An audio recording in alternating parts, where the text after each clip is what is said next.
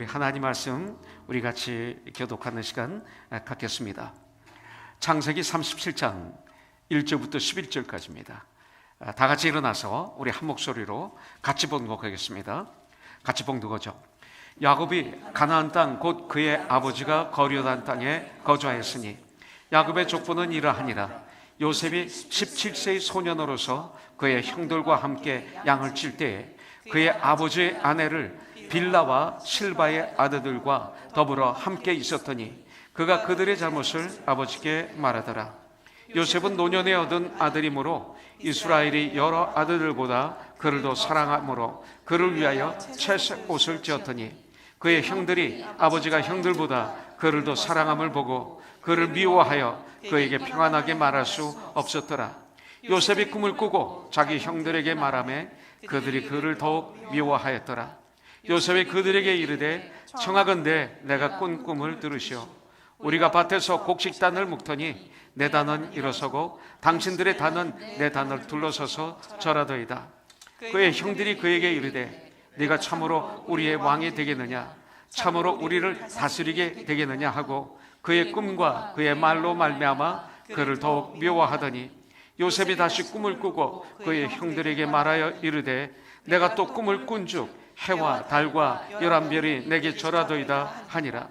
그가 그의 꿈을 아버지와 형들에게 말하며 아버지가 그를 꾸짖고 그에게 이르되 네가 꾼 꿈이 무엇이냐, 나와 내 어머니와 내 형들이 참으로 가서 땅에 엎드려 내게 절하겠느냐. 그의 형들은 시기하되 그의 아버지는 그 말을 간직해 두었더라. 아멘. 자리에 앉아주시기 바라겠습니다. 꿈, 비전, 이것은 우리에겐 굉장히 중요합니다. 그런데 많은 분들이 나는 비전을 받았습니다, 비전을 누립니다, 이런 말들을 하시는데 가만히 들여다보면 심지어는 목사님까지도 과거에 저도 또 우리들이 이 비전에 대해서 말 많이 하잖아요. 근데 그 비전을 들어보면 하나님이 주신 비전이 아니라 자기 야망을 얘기하는 걸 많이 볼 수 있어요. 자기가 원하는 것을 얘기하면서 나는 비전을 받았다 이렇게 말하는 분들이 참 많은 것은 사실입니다. 저와 여러분들도 거기에 속으면 안 됩니다. 비전은 야망이 아닙니다. 비전은 나에게 향하신 하나님의 뜻입니다. 비전은 나에게 향하신 하나님의 뜻을 구체적으로 깨달아 아는 것, 이것을 비전을 받았다 이것입니다. 또 이 비전은 하나님의 소원을 내 마음에 품는 것입니다. 모든 사람에게 주는 소원이 있지만 선영아 나의 소원은 하면서 이렇게 개인적으로 말씀하시는 소원이 있잖아요. 여러분들이 자녀들에게, 남편과 아내에게 내 소원은 이거야 구체적으로 얘기하는 게 있잖아요.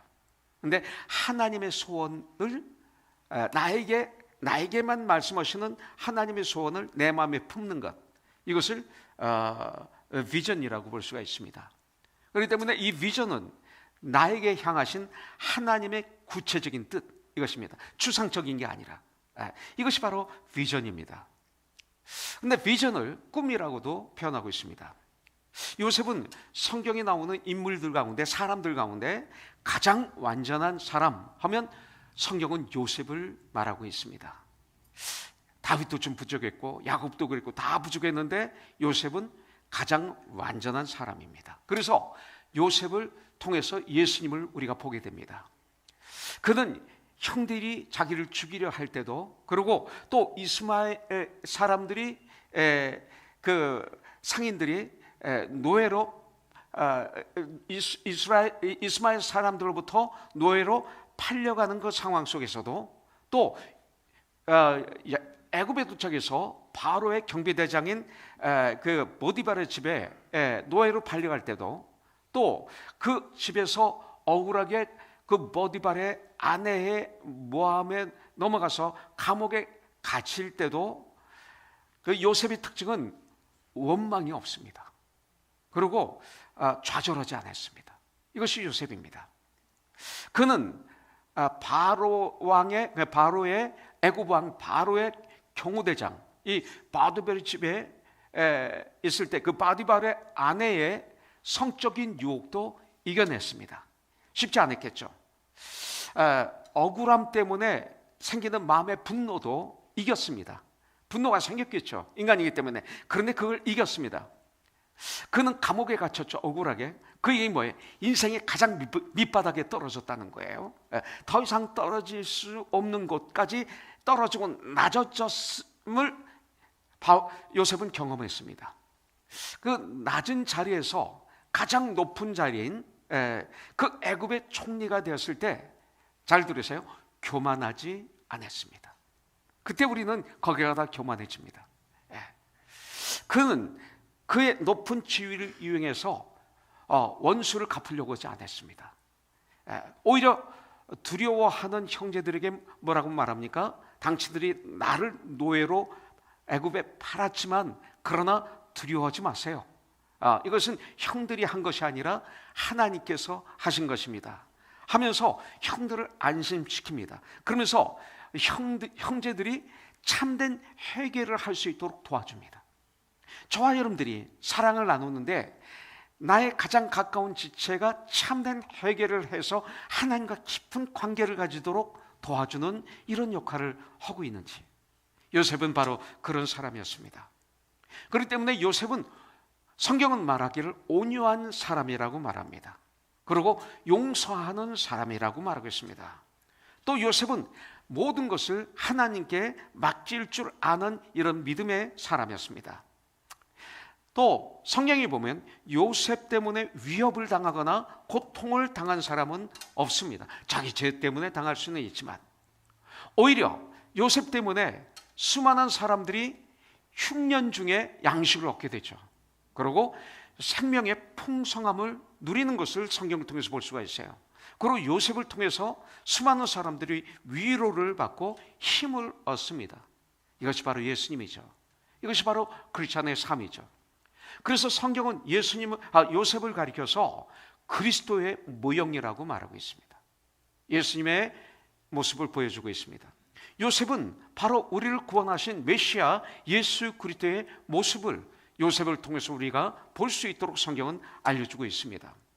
그런데 보세요, 이렇게 요셉이 태어난 가정을 한번 보시기 바라겠습니다. 이 가정, 야곱의 가정이죠. 야곱의 가정은 참 복잡한 가정입니다. 아주 복잡한 가정이에요. 이것은 바로 야곱이 4명의 아내가 있었던 것이 바로 이 야곱을 복잡한 가정으로 만든 이유가 아닌가 생각합니다. 특히 창세기 29장에 보면 두 아내의 시기 질투 대단했죠. 레아와 라헬 자매인데 그들의 시기 질투는 뼈를 썩게 했어요. 그 남편의 사랑을 독차지하기 위한 이 전쟁, 그리고 더 많은 자식을 얻기 위해서 하는 그 피나는 전쟁, 이것이 야곱의 스토리예요. 가족의 스토리예요. 그래서 더 많은 자녀들을 갖기 위해서 심지어는 자기의 종들까지, 여종들까지도 야곱에게 주는, 실바와 빌하를 주는 이런 엄청난 전쟁이 이 가정에 있는 걸 볼 수가 있어요. 한번 그림을 그려보세요. 얼마나 복잡하고 얼마나 피곤하고 얼마나 힘들고 얼마나 억울하고 아주 어둡습니까? 그런데 그런 가정이 내 가정일 수 있다는 거예요. 오늘 말씀을 통해서 내 가정을 들여다봐야 되는 거죠. 그렇기 때문에 이 가정은 아이들이 태어나면서부터, 자녀들이 태어나면서부터 뭐를 받겠어요? 그런 아버지, 그런 레아, 그런 라헬, 그런 빌하와 실바. 자식들은 태어나면서부터 어머니들로부터 뭐를 봐요? 어머니들의 모습을 보면서 경쟁을 배우고 시기를 배우고 질투를 배우고 미움 등을 배웠을 거예요. 이것이 인간의 속성이기 때문에 이 안에 있는데 이런 것들이 자연스럽게 마음대로 드러나는, 절제하지 않는 이런 상황의 가정이 야곱의 가정이었을 거예요. 야곱의 자녀들이 성장하면서 그들의 경쟁도, 그들의 미움도, 그들의 거짓도 같이 성장했을 거예요. 그리고 심지어는 폭력도 성장한 것을 성경을 통해서 볼 수가 있어요. 34장에 보니까 디나가 세겜성에서 그 세겜성의 추장인 세겜에게 강간을 당했죠. 그때 레위와 시몬, 특별히 두 아들이 이 주동에서 어떻게 합니까? 너희들이 세겜성을 향해서 너희들이 할례를 행하면 디나와 세겜, 너는 추장, 너는 디나와 결혼할 수 있어. 이 말을 듣고 세겜성의 모든 남자를 할례를 받습니다. 3일 후에 가장 아플 때 그들을 모두 죽이고 재물을 약탈했죠. 이것이 왜 그래요? 바로 폭력도 이 안에 있지만 성장한 거죠. 자란 거죠. 아주. 이때부터 야곱은, 이 말씀을 통해서 보면 야곱은 그때부터 자식들을 통솔 하는 능력을 상실했다고 봅니다. 여러분들, 우리의 자녀들이 아기 때는 자녀들을 컨트롤할 수 있죠? 어떻습니까? 지금 컨트롤이 됩니까? 놔뒀습니까? 그래서 풀어놨습니까? 야곱이 어느 날 이렇게 그냥 모든 걸 놔두다 보니까 야곱에게는 자식들을 통솔할 수 있는 능력을 상실하고 말았습니다. 지금 여러분들의 자식들은 어떻습니까? 통솔하고 있습니까? 상실했습니까? 또 루벤을 보십시오. 12아들 중에 큰아들인데 자기 아버지 넷째 아내 여러분들 빌하와 통간을 했습니다. 그렇지만 아버지인 야곱은 그를 강하게 책망 안 했죠. 조금 얘기하고 끝납니다. 징계도 안 했습니다. 이 시대 교회에 징계가 없어졌죠. 책망이 없어졌죠. 야곱이에요. 이 시대 교회가 이렇게 됐어요. 그게 옳은 교회로 하고 그런 교회 사람들이 시장처럼 와글와글해요. 기도하는 집인데 너는 시장터로 만들었다. 이 시대 교회가 막 시장터 같아요. 와글와글은 하지만 통과냈으면 책망해야죠. 바로 잡아줘야죠. 징계해야죠. 아무것도 않습니다. 야곱은 제대로 잡아주지 않습니다. 우리 자녀는 어떻습니까? 그 후에도 야곱의 아들들은 계속 잘못을 저지릅니다. 회개하고 바로 서기 전까지 요셉이 그러한 형들의 잘못을 아버지에게 알린 거예요. 이게 잘못된 게 아니에요. 그때도 아버지는 어떤 조치도 취하지 않았습니다. 그렇기 때문에 이 야곱의 가정은 시기, 질투, 미움, 다툼, 그리고 거짓, 그리고 편애가 끊이지 않는 가정이 바로 구원받기 전에 야곱의 가정이라고 볼 수가 있죠. 바로 그 결과 요셉의 노예로 팔려가게 되는 것입니다. 이것이 열매입니다. 이런 가정 환경에서 여러분들 재미있는 것은 이런 가정 환경에서 예수님의 완전한 모형이 될 수 있는 요셉이 태어난 거예요. 이것이 신비입니다. 그래서 이것을 표현한다면 전적인 하나님의 은혜다. 내가 구원받은 것도 전적인 하나님의 은혜다. 그래서 저는 나 같은 죄인 살리신 주 은혜 놀라와를 좋아하지 않을 수가 없어요. 여러분들, 이 은혜를 아는 사람은 겸손해집니다. 겸손은 이때 은혜를 알 때 오는 게 겸손해요. 은혜를 모르면 가짜 겸손해요. 은혜를 알면 자연스럽게 겸손해질 수밖에 없어요. 이 은혜를 인정하는 사람은 자기 자신을 의존하지 않습니다. 왜? 전적인 하나님의 은혜니까. 그리고 이 은혜를 아는 사람은 모든 일에 최선을 다한 다음에 하나님께 기도합니다. 기도하며 맡깁니다. 내 힘으로는 nothing인 것을 알기 때문에. 그렇기 때문에 이 은혜를 아는 사람은 교만할 수가 없습니다. 여러분들, 또한 주님의 은혜 없이 우리의 인격은 변화되지 않습니다. 하나님의 은혜로 변화되는 거예요. 주님의 은혜가 없으면 성숙, 성장 없습니다. 내가 성숙했고 내가 성장했고 성령의 열매를 맺고 있다. 이것은 하나님의 은혜이고 성령의 역사, 그래서 성령의 열매라고 얘기하는 것입니다. 그렇기 때문에 야곱의 가정에서 태어난 요셉을 보면서 우리는 하나님의 은혜를 알고 하나님의 은혜를 받고 하나님의 은혜를 체험하는 놀라운 이 시간이 되길 주님의 이름으로 축복합니다. 그렇다면 요셉의 꿈은 무엇입니까? 이거예요. 요셉의 꿈은 여러 가지가 있죠. 여러분들 드라마를 한번 보세요. 그러다가 막 충격적인 드라마 너무 좋았어.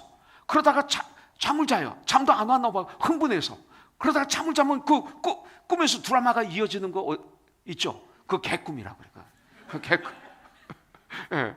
그 다음에 내가 막 화가 나서, 그냥 엄청나게 화가 나서 그 사업 때문에 뭐 때문에, 그래서 막 그냥 씩씩거리면서 전화 끊고 화가 나서 있다가 스르르 잠이 들으면 그게 이어져서 막 꿈속에서도 막 화가 나고. 예. 또 영화에서 그 뭐 날아다니는 영화를 보면 밤새도록 날아다니다가 그냥 떨어지려고 그냥 힘주고 하다가 깨어서 나면 식은땀만 척척 흘리고, 이거는 다 개꿈입니다. 개꿈. 예. 근데 마귀가 주는 꿈도 있습니다. 마귀가. 그래서 성경을 통해서 꿈, 환상, 이거 분별해야 돼요. 근데 하나님이 주신 꿈이 있어요. 예. 하나님이 주신 꿈. 이걸 비전이라고 말하고 있습니다. 우리는 하나님이 주신 꿈이 있어야 됩니다.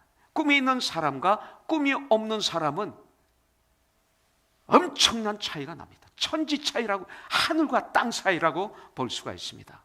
자, 꿈이 없는 사람은 인생을 되는 대로 사는 사람이에요. 그냥 아무 목적 없이, 아무 생각 없이 그냥 살아가는 사람들.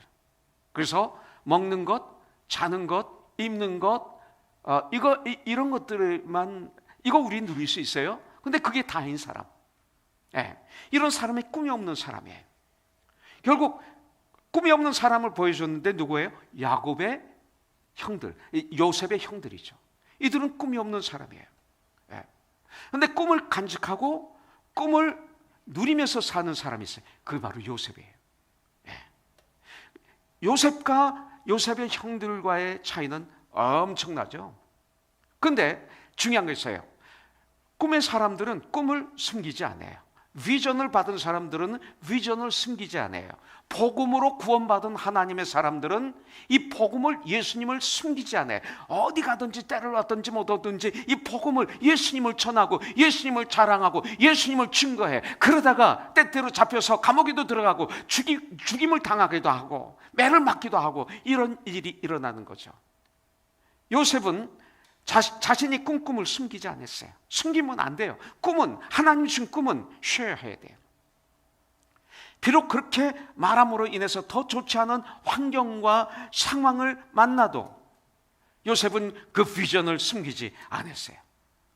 5, 6, 7절에 보니까 요셉이 꿈을 꾸고 자기 형들에게 말하며 그들이 그를 더욱 미워하였더라. 꿈을 얘기하니까 더욱 미워해요. 복음을 전하니까 도리어 더 미워해요, 가족이.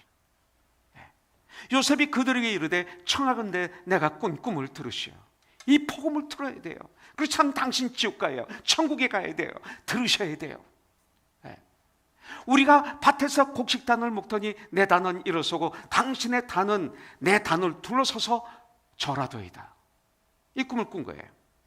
9절에 보니까 요셉이 다시 꿈을 꾸고 그의 형들에게 말하여 이르되 내가 또 꿈을 꾼즉 해와 달과 11별이 내게 절하도이다 하더라 그랬어요. 요셉이 두 가지 꿈을 꾸었습니다.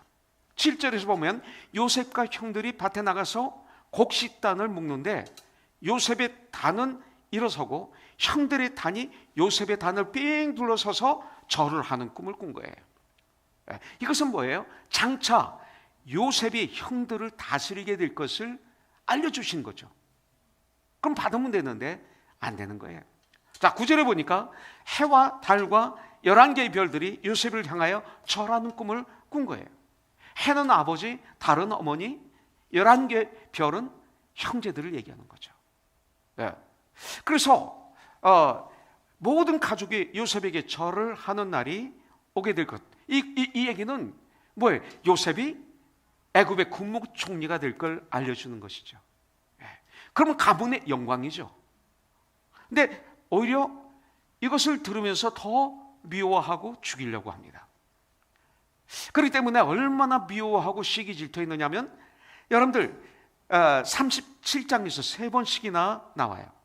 그들이 더욱 미워하였더라. 5절에 8절에도 보니까 그들이 더욱 미워하였더라. 11절에 보니까 그들이 요셉을 시기하였더라 그랬어요. 그들은 형제들은 요셉을 더욱 미워했고 시기했습니다.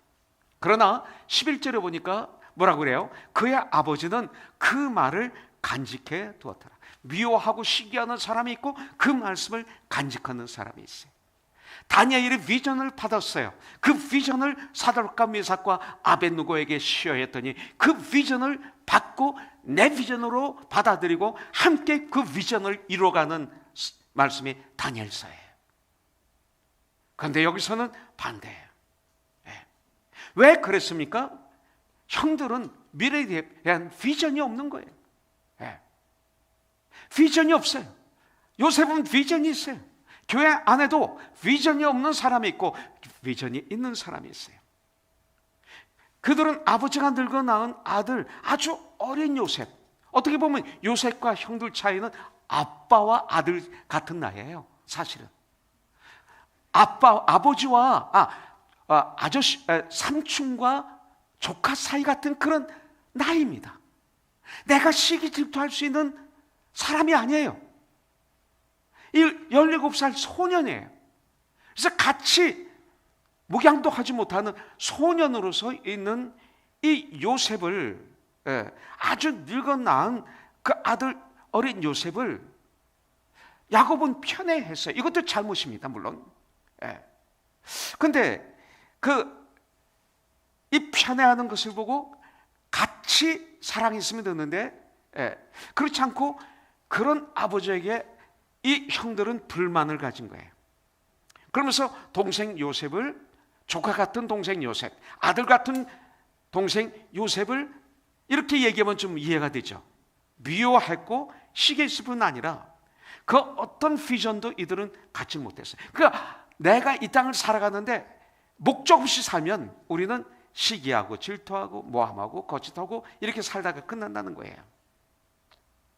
형들이 한 일은 한마디로 얘기하면 형들의 삶은 회개하고 구원받기 전에 12지파의 조상이 되기 전에 이들의 삶은 24시간 매번 한 게 뭐예요? 미워하고 시기한 것밖에 없어요. 그것이 다였어요. 그러나 꿈이 그대로 이루어져 나중에 형들이 요셉에게 절을 하게 되죠. 우리에게도 이 꿈이 있어야 됩니다. 이 꿈이 없으면 안 됩니다. 꿈이 있어야 능력이 생깁니다. 왜냐하면 요셉은 이 꿈을 꾸고 난 다음부터 가만히 있을 수가 없었습니다. 하나님이 주신 꿈을 꾸면, 하나님이 주신 비전을 받으면 가만히 있을 수가 없습니다. 가슴이 활활 타오릅니다. 이 열정이 생깁니다. 그래서 그 꿈을 아버지와 형들에게 쉐어하는 거예요. 이걸 담아놓을 수가 없어요. 비전은 나누는 것입니다. 19년 훨씬 전에 하나님이 저에게 비전을 주셨어요. 꿈을 꾸게 해주셨어요. 목사님들, 선교사님, 사모님을 섬기는 꿈, 이걸 주신 거예요. 그래서 이 꿈을 그때 성도들에게 계속 쉐어했어요. 많은 분들이 못 알아들었어요. 그래도 계속 쉐어했어요. 그런 가운데 하영종 목사님과 이 꿈을 쉐어했어요. 그랬더니 목사님이 맞습니다. 작은 교회를 섬길 수 있는 교회는 중형교회지 우리 교회는 아닙니다. 이걸 우리 같이 하죠. 돈은 우리가 되겠습니다. 그리고 이것이 할 때마다 내가 와서 쉐어하겠습니다. 같이 하기로 시작한 거예요. 그 다음에 그런 가운데 하 목사님이 암에 걸리신 거죠. 암에 걸리셔서 같이 못하게 됐지만 그렇다고 해서 나에게 하나님 주신, 나와 우리 철엄마 희성사모에게 주신 이 꿈, 비전을 버릴 수 없잖아요. 그래서 시작한 게 바로 18년 전이에요. 한 번, 두 번을 했으니까 파리에 가서 커넥션 했고 여기서 했기 때문에 18년 전이 되겠죠. 이것이 비전이에요. 성도들에게 막 얘기했더니 성도들 한 분, 두 분, 세 분, 네 분이 그 꿈을, 그 비전을 자기 비전으로 받아들이고 함께 막 걸어가기 시작하는 거예요. 앞에 걸어갔더니 주위에 따라 걸어오는 분들이 축축축축 생기더라고요. 그러면서 지금 11번째, 19번째 이 커넥션 하는 가운데 얼마나 열매가 많습니까?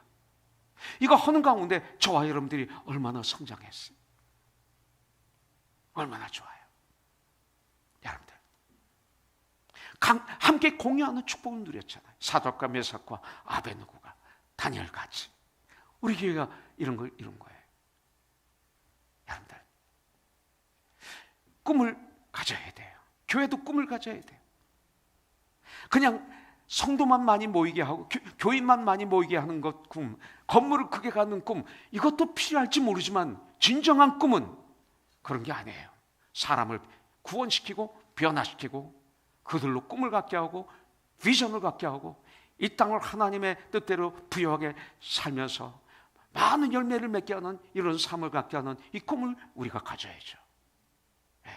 마틴 루터 킹 목사의 연설을 보십시오. I have a dream. 여러분들 I have a dream이라고 얘기할 때 그 당시에 흑인들은 어땠습니까? 같은 버스를 탈 수가 없었어요. 타더라도 뒤에 흑인석이 있고 좋은 건 다 백인이었어요. 같은 학교를 다닐 수가 없었어요. 같은 화장실을 쓸 수가 없었어요. 그들은 하나님의 백인들에게 주신 선물이라고 생각을 했어요. 그 당시 예수 믿는 사람들도 그랬어요. 왜냐하면 노아 홍수 후에 함과 셈과 야벳 이 사건을 그렇게 푸는 거죠. 심지어 제가 80년도에 샌안토니오에서 목회할 때 제 아내와 그 샌안토니오 다운타운에 있는 식당을 들어가려고 보니까 이 앞에 Chinese people, black, 그리고 개는 들어올 수 없습니다. 간판이 아직도 있었어요. 그때 과거에 60년대 간판이 그냥 있었어요. 이걸 보면서 우리 둘은 한참 쳐다봤죠. 바로 그때 캄캄할 때 마틴 루터 킹은 I have a dream 워싱턴 DC에서 피를 토하는 연설을 한 거예요. 아직도 그분이 연설한 것이 남아있어요. 캄캄할 때 그 꿈을 가졌기 때문에 여러분들 지금 이 외침이 지금 흑인들이 이런 자유를 누리는 거예요. 잘못된 흑인들이 너무 많은 건 사실이에요. 근데 이런 그들이 이루어진 걸 볼 수가 있죠. 꿈이 있는 사람이 세상을 변화시켜요.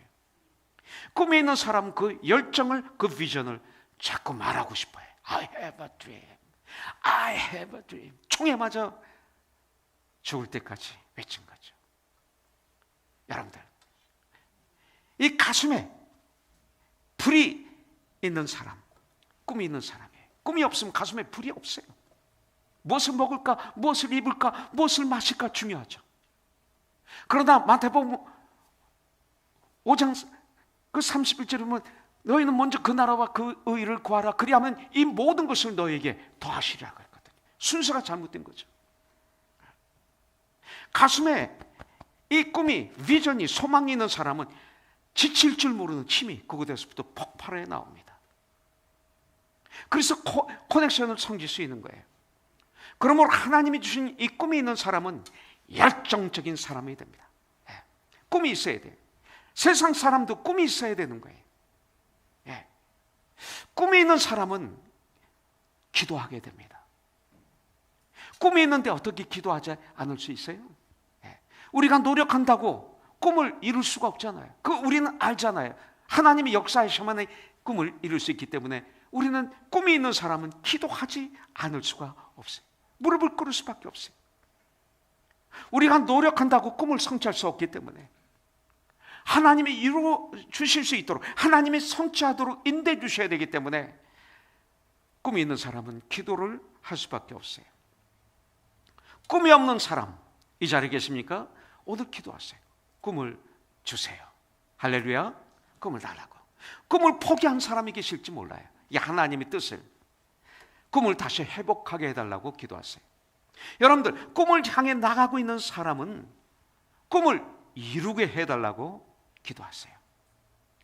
요셉은 이 꿈이 있었기 때문에 노예로 팔려갈 때도, 그리고 살아갈 때도, 억울하게 감옥살이 할 때도 그 모든 환경을 극복했습니다. 꿈이 있는 사람만이 극복할 수 있습니다. 그렇지 않으면 죽어요. 꿈이 있는 사람이. 누가 지금 뭐라고 얘기하는 거예요? 바깥에? 꿈이 있는 사람이. 그래서 꿈이 있었기 때문에 요셉은 유혹을 이겼습니다. 꿈이 있었기 때문에 요셉은 미래 소망이 있었습니다. 기다릴 수 있었죠. 오래 참을 수 있었죠. 성경에서 말하는 꿈은 잘 들으세요. 자신뿐만 아니라 나를 통해서 주의 많은 사람들에게 유익을 주게 됩니다. 이것이 하나님 주신 꿈입니다. 비전입니다. 비전을 받으면 주위 사람들에게 유익을 주게 되어 있습니다. 그러나 야망은 나의 만족으로 끝납니다. 그죠? 그럼 허무하죠. 만약 그 집사님이 간증할 때 그 야망이었죠.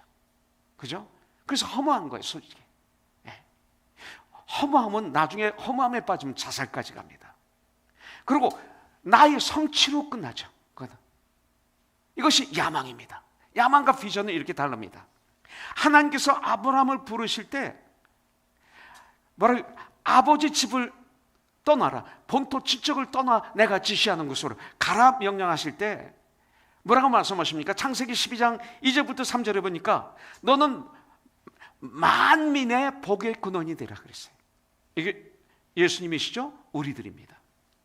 땅의 모든 족속이 너로 말미암아 복을 얻을 것이다. 예수님이시죠? 구원받은 우리들이에요. 축복하셨습니다.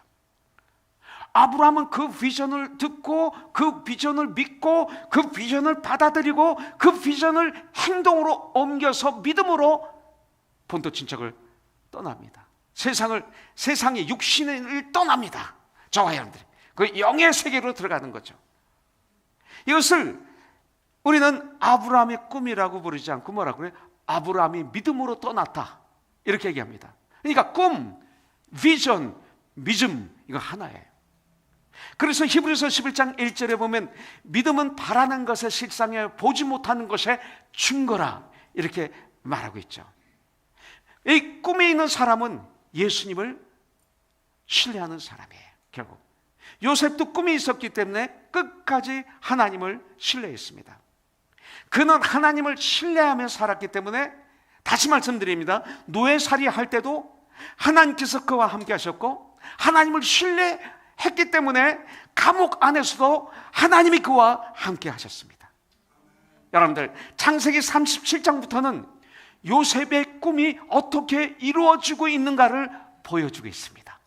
여러분들, 이것을 통해서 하나님의 우리 꿈을 어떻게 이루어주신가를 보면 됩니다. 인간의 눈으로 볼 때 요셉의 꿈이 이루어질 가능성은 하나도 없죠.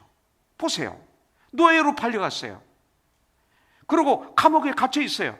근데 그 꿈이 이루어지겠어요? 인간의 눈으로는 안 되는 거예요. 옆을 봐도 앞을 봐도 뒤를 봐도 옆을 봐도 하늘을 봐도 다 막혀 있는 상태인데 절망할 수밖에 없는 상황이죠. 그러나 요셉은 바로 거기서도 꿈을 포기하지 않고 있을 때 기적은 일어난 것이죠.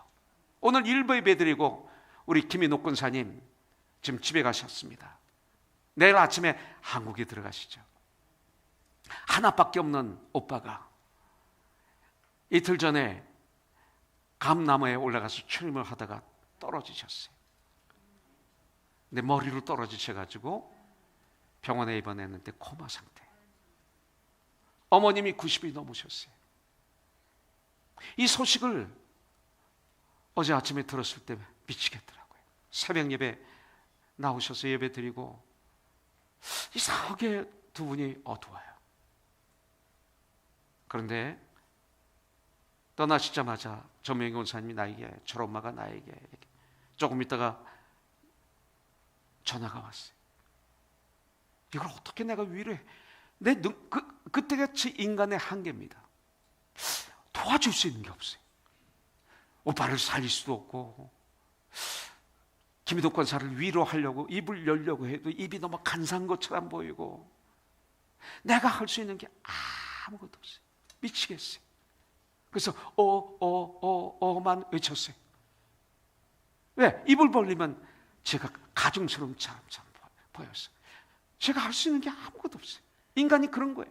그렇게 많은 걸 할 수 있다고 믿지만 이런 일이 일어나면 내가 할 수 있는 게 뭐가 있어요? 돈이 해결해 줘요? 명예, 권력, 지식 해결해 줍니까? 코마에 걸린 사람을? 아무것도 없는 거예요. 그래서 마지막에 한 게 기도밖에 없네요. 죄송합니다. 내가 할 수 있는 게 아무것도 없네. 기도밖에 없네요. 제가 한 끼 금식하면서, 제가 이번 주에 바쁘거든요. 내일 병원에 가서 3개월에 한 번씩 맞는 주사를 맞아야 되고 피를 빼야 되고, 새로운 의사를 만나야 되고, 수요일 날은 또 가서 CT 스캔을 해야 되고, 목요일 날은 또 레디에이션 의사를 만나야 되고, 참 바빠요. 그리고 어떤 결과가 올지 난 모르겠고, 지난번에 방사선 치료한 것이 어떤 결과가 있는지를 확인해야 되고, 참 여러 가지로 바빠요. 그렇기 때문에 금식을 많이 못해요. 그래서 내 마음속에 한 끼 금식하면서 뜨겁게 기도하자. 그리고 옆에 있는 정도밖에 못하고 옆에 붙어있는 것, 손 잡아주는 것, 뜨겁게 기도하는 것, 이것밖에 할 수 있는 게 없더라고요. 그래서 어제는 그렇게 하면서 우리 같이 뜨겁게 기도했는데, 오늘 일부 예배를 드리는데 하나님이 이 말씀을 통해서 두 분에게 막 은혜를 부어주시는데, 그리고 도전을 주시는데, 가시면서 내가 예수의 편지로, 예수의 대사로 내가 한국에 들어가겠습니다. 네. 주님 손 꼭 잡고 들어가서 사역 잘 감당하고 오겠습니다. 다윗이 아이가 죽었을 때 끝까지 기도했죠. 나는 생명이 있으면 끝까지 기도합니다. 살려달라고. 그리고 하나님께 맡기죠. 난 그렇게 하겠습니다. 우리 그렇게 하자고요. 코마 상태로 해서 의사는 호흡을 튜브를 빼면 이제 끝난다고 얘기할지 모르지만 끝까지 우리 기도합시다. 살아게 해주니까. 그리고 당신은 가서 귀에다 대고 성경 구절을 전해주고 복음을 전하고. 우린 모릅니다. 코마 상태지만 뇌는 살아서 역사할 수 있습니다. 복음을 전하십시오. 힘이 나가지고 눈에서 눈물이 흘리지만 영혼은 살아서 건강하게. 오늘 저 뜨겁게 약속하고 떠났습니다. 이것이 인간이 할 수 있는 것입니다. 여러분들 그러면 기적이 일어납니다. 꿈을 가진 사람은 기적이 일어납니다. 김인옥 권사에게 소망이 살아났어요. 꿈이 생긴 거예요. 할 일이 있어요. 그들은 아직 예수를 안 믿어요. 어머님도 오빠도. 언니는 예수 믿지만 꿈이 생긴 거예요. 비전이 생긴 거예요. 사역이 생긴 거예요. 그래서 내일 떠나요. 아브라함이 꿈을 붙들었기 때문에 이스라엘의 믿음의 조상이 되었듯이 하나님께서 주신 약속을 바라보고 살았기 때문에 어떤 역경과 고통도 극복하고 꿈을 성취하는 자, 요셉이 되었던 여러분들, 우리도 꿈을 꾸는 자가 되어야 돼요. 꿈을 가져야 돼요. 하나님 주신 꿈을 포기하지 않는 꿈 때문에 우리는 날마다 새로운 피조물로 살아갈 수 있어요. 믿음의 사람으로 그때서야 우리는 살아갈 수가 있어요. 그렇기 때문에 꿈을 가진 우리들이 가져야 될 첫 번째 것은 뭐예요? Never give up. 절대 포기하지 마십시오. 그 꿈을, 그 삶을. 시편 105편 17절부터 19절에 보니까 그가 한 사람을 앞서 보내셨으며 요셉이 종으로 팔렸도다. 꼭 예수님의 스토리가 나오는 것 같아요. 그의 발은 착고를 차고 그의 몸은 쇠사슬에 착고가 차고 그 소년의 몸에, 그리고 그의 몸은 쇠사슬에 매였으니 곧 여호와의 말씀이 응할 때까지라 그의 말씀이 그를 단련하였도다 그랬어요. 소년 요셉이 노예로 끌려갈 때의 모습이었습니다. 짐승처럼 끌려갔습니다. 소년 17살 먹은 소년이.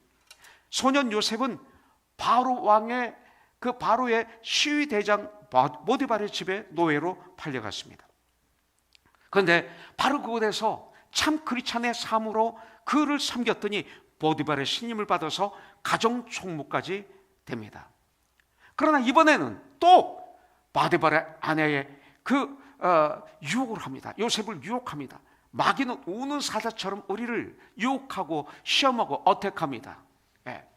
이 유혹을 물리친 대가로 어떻게 됩니까? 요셉은 오히려 억울하게 감옥에 갇히게 됩니다. 요셉이 낯선 이국 땅 애굽에서 겪은 고생은 이루 말할 수 없었을 거예요. 여기 기록되지 않은 그 핍박, 그 모함, 그리고 시기 질투, 그리고 따돌림, 엄청난 고생, 환난이 있었을 거예요. 예수 믿으면 그런 것들이 올바로 믿으려고 하면 이런 것들이 와요. 그러나 성경 어느 곳을 봐도 이와 같은 환난을 만났을 때 요셉은 실망했었다라는 말이 없어요. 요셉은 오히려 고난이 몰려오면 몰려올수록 더욱더 하나님을 바라보고 더욱더 하나님을 의지했어요. 결국 요셉은 고난과 위기를 축복과 형통으로 바꾸는 놀라운 능력을 발휘했어요. 다윗처럼, 바울처럼. 사실 이번 커넥션이 끝난 다음에 내일 병원에 가서 이런 치료를 받고 검사하고, 수요일 날 또 CT 스캐너를 하고, 목요일 날 방사선 의사를 만나는 것 쉬운 일이 아닙니다. 참 제 아내가 그래요. 저라파는 3개월 인생인 것 같아. 그래요. 매 3개월마다 효정자매를 보면 또 아무것도 아니지만, 근데 이것이 저에게 유익이었어요. 이 과정을 통해서 제가 더 진실한 사람이 되었고, 목사가 더 되었고, 그리고 남편이 더 되었고, 아빠가 되었고, 무엇보다도 성도를 더 사랑할 수 있는 사람으로 하나님이 저를 다듬어 주셨어요. 그렇지 않으면 저는 잘못하면 가짜 목사가 끝날 수 있었던 사람이에요. 축복이죠.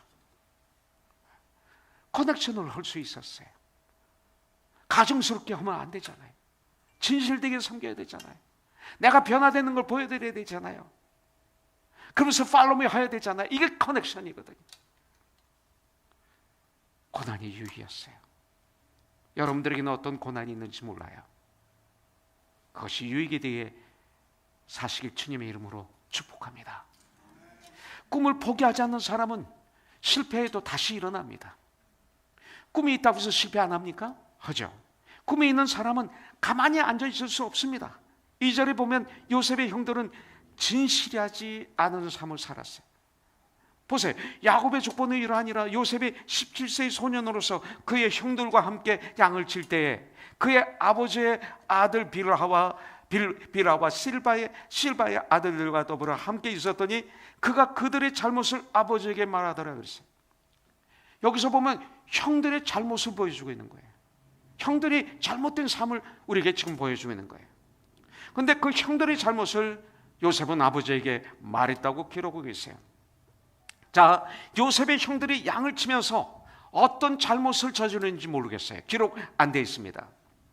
그러나 이 요셉은 형들의 진실하지 못한 것을 그냥 지나칠 수 없었습니다. 이게 크리스찬이에요. 성도의 잘못, 진실하지 못한 걸 그냥 덮어줍니까? 이게 사랑입니까? 교회는 그걸 사랑이라고 착각하죠. 아니죠. 그럼 그를 죽이는 거죠.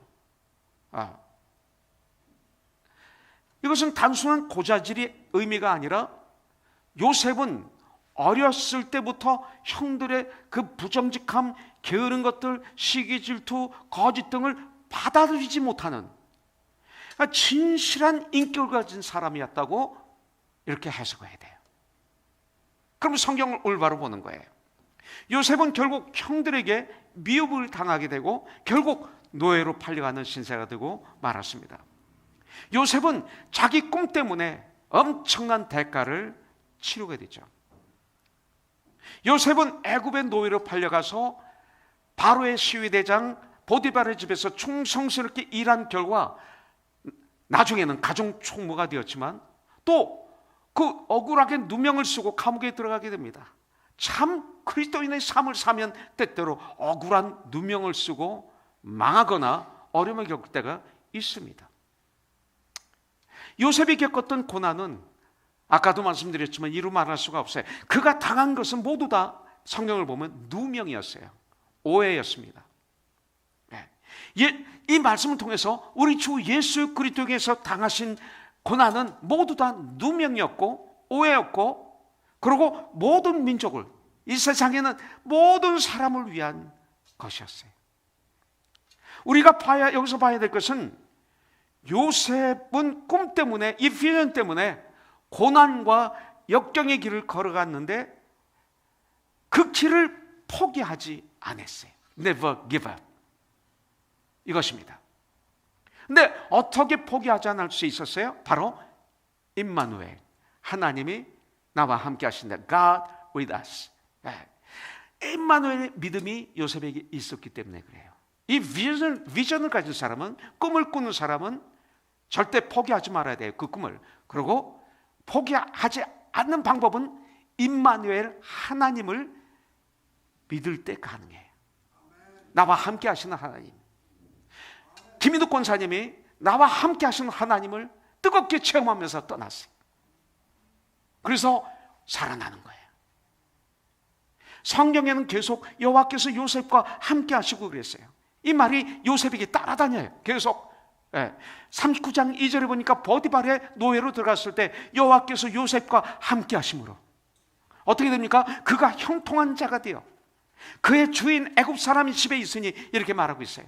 창세기 39장 23절에 보니까 요셉이 감옥에 갇혀 있을 때 여호와께서 요셉과 함께 하심이라. 감옥에 여호와께서 그를 범사에 형통하게 하셨더라 그랬어요.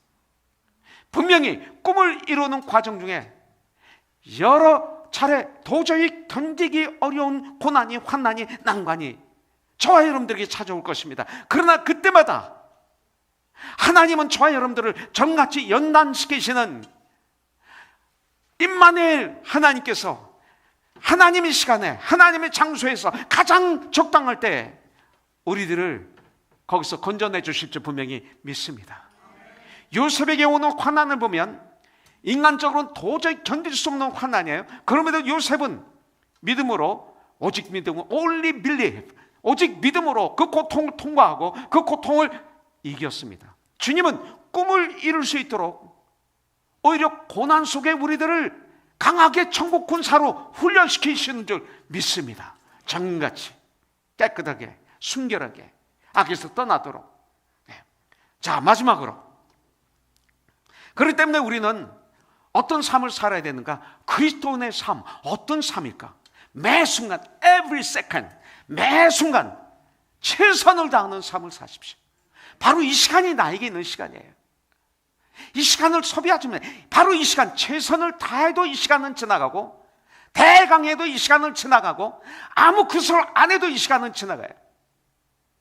그렇다면 우리는 이 시간 어떻게 사는 것이 최상의 삶일까요? 최선을 다해야죠. 매 순간. 아니요, 게을러서 뭐 때문에, 서루섰기 때문에, 장가 들었기 때문에, 그거 아니죠. Now is the time이에요. 바로 지금이 구원의 시간이요. 바로 지금이 은혜의 시간이에요. 바로 지금. 여러분들은 어떻게 살기를 원합니까? 여러분들 매 순간 최선을 다해 보십시오. 그러면 1분 후의 시간은 승리, 오늘 하루 앞으로 있는 시간이 승리예요. 많은 사람들은 이 시간을 헛되게 보내고 대강 보내면서 앞으로 이 시간을 계획하고 있습니다. 그들은 인생 실패자예요. 여러분들, 요셉이 위대한 것은 하나님이 주신 꿈을 가슴에 품었습니다. 그리고 그 꿈을 이루기 위해서 어느 곳에서나 충성스럽게 최선을 다해서 그 일을 했습니다. 직장에서, 사업처에서, 교회에서, 어떤 환경 속에서. 이번 커넥션 기간에 섬기는 분들이 그렇게 섬겼죠. 특별히 요셉 밑에 올라가신 그 형제자매들이 그렇게 섬겼죠.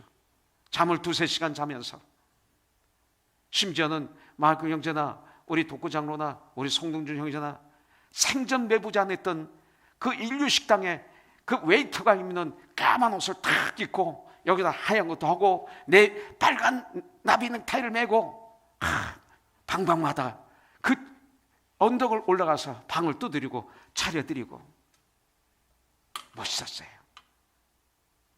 충성스, 아무것도 아닌 작은 일인데 최선을 다했어. 여기에 강력하시는 거예요. 성실하고 정직하게 피땀을 흘며 삶의 현장에서 요셉은 최선을 다했어요. 매 순간. 이거 오늘 여기다 각인시켜야 돼. 매 순간. 바디벨 집에 들어갔을 때 주인은 요셉을 100% 신뢰했습니다. 창세기 39장 6절에 보니까 자기가 먹는 음식 외에 모든 일을 다 요셉에게 맡겼다.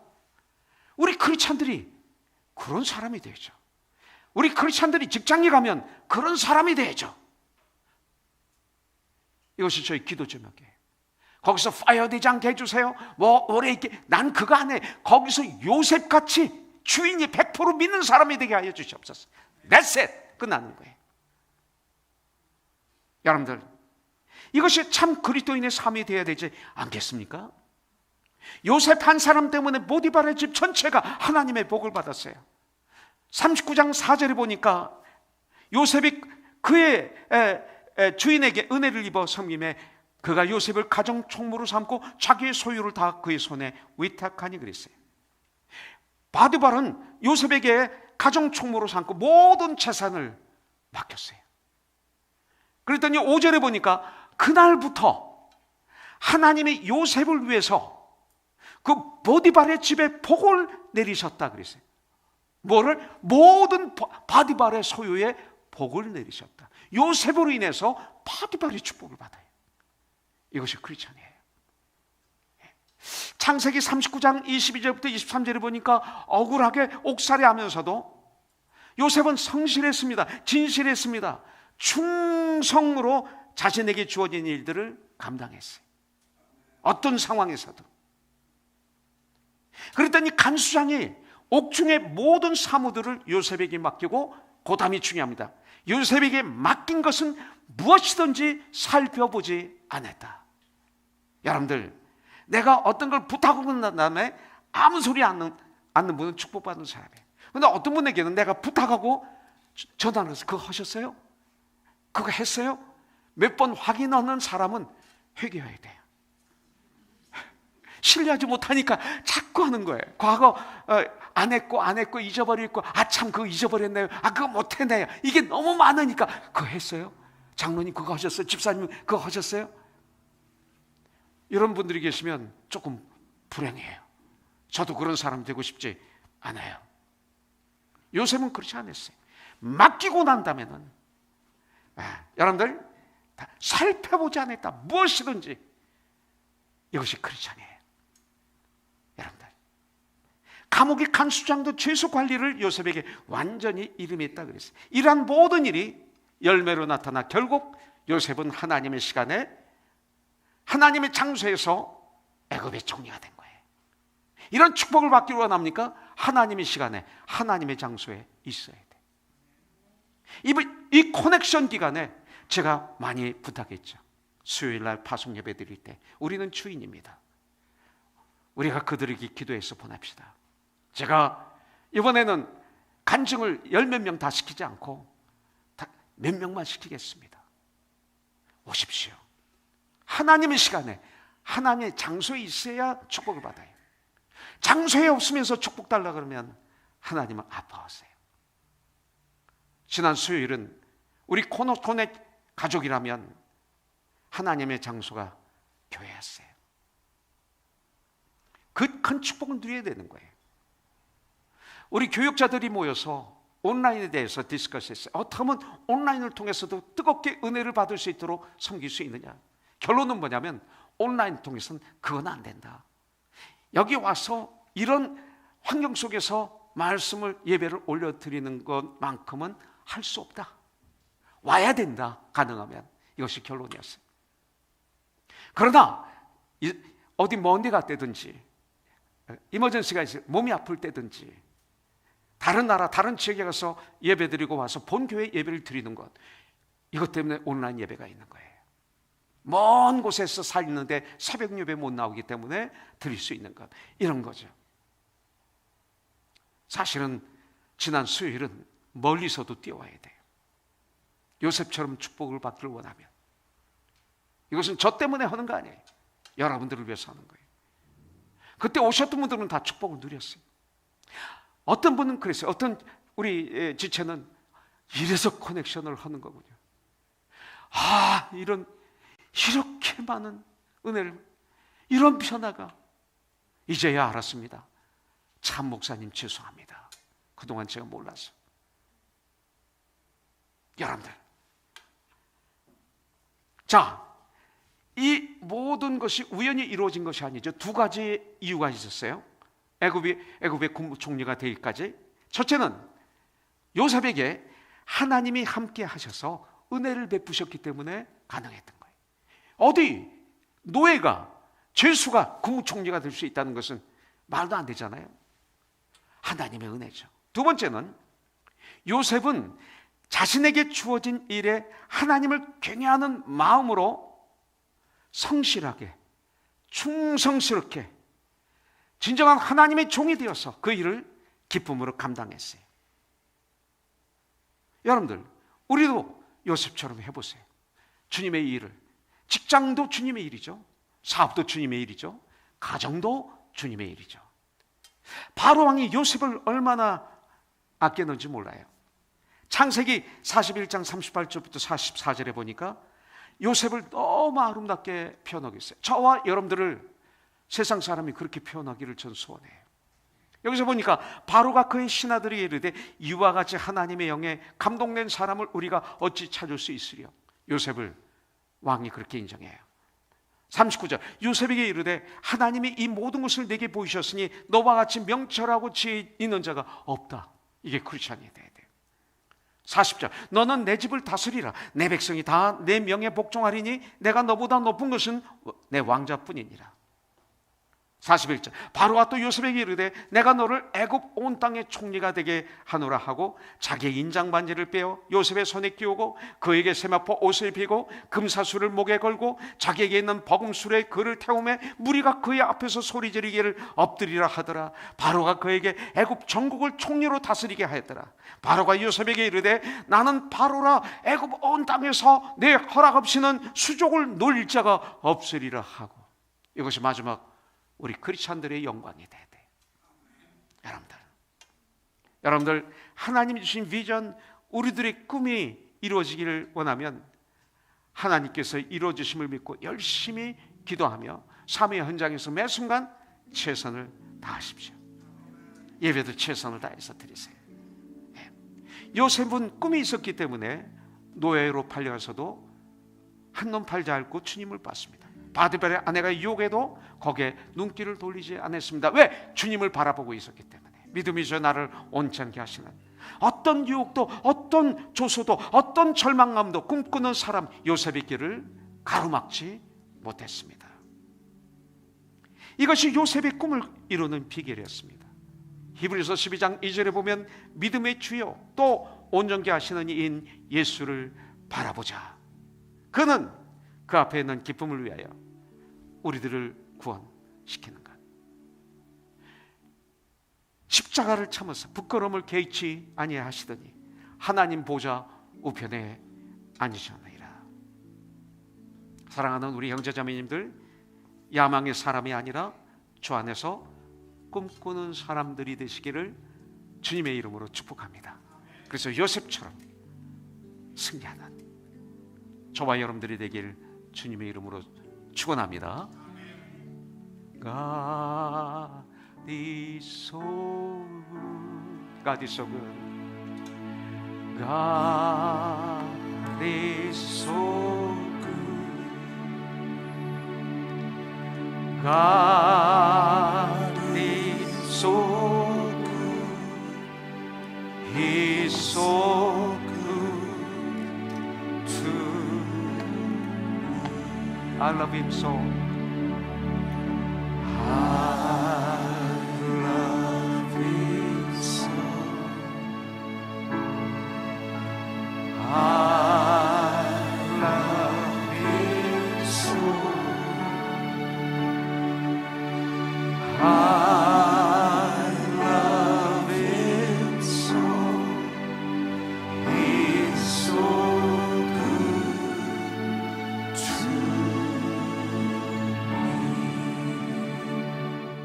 승리하십시오.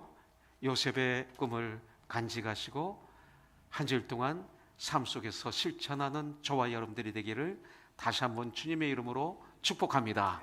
이제는 우리 주 예수 그리스도의 무한하신 은혜와 하나님 아버지의 극진하신 사랑과 성령님의 교통하심이 이제 세상에 요셉의 꿈, 그런데 코너스톤의 꿈, 나의 꿈, 나의 비전, 하나님이 주신 비전을 가지고 요셉처럼 세상을 향해서 나가는 하나님의 사람들 위에 이 한 주간도 항상 함께하여 주시옵기를 다시 한번 예수 그리스도의 이름으로 축복하며 기도드립니다. 아멘.